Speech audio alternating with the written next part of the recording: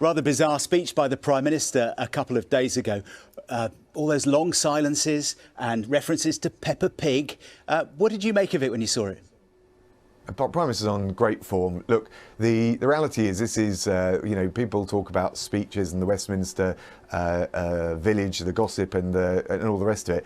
In this country, we're coming out of the pandemic. If we'd have listened to the Labour Party, we would stuck in lockdown. As a result of the decisions the Prime Minister has taken, growth is up, economic growth, jobs are up, wages are up. We're focused on the reform agenda. I've given you two examples in my area, criminal justice, but I'm looking at victims reform, human rights reform.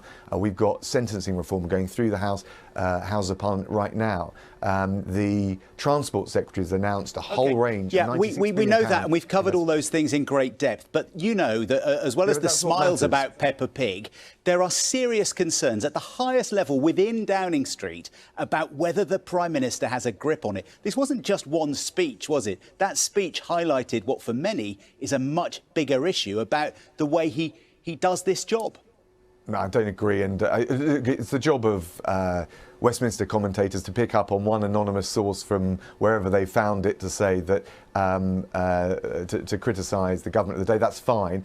In relation to Peppa Pig, it is a fantastic British export around the world, and I think that was the point the Prime Minister was making. But the reason I gave all of those examples is, frankly, this government and this Prime Minister are focused on the job at hand, building back better after the pandemic, the economic growth and the jobs that the Chancellor is focused on, the transport, the infrastructure in the north that the Transport Secretary is focused on, and the criminal justice reforms that the Home Secretary and I are focused on. I think that's what voters ultimately, and your viewers, expect us to be focused on. If Keir Starmer had made a speech like that, if Nicola Sturgeon had made a speech like that, or Joe Biden, or Angela Merkel, you would not be just brushing this aside, would you? And saying, oh, it was just a speech.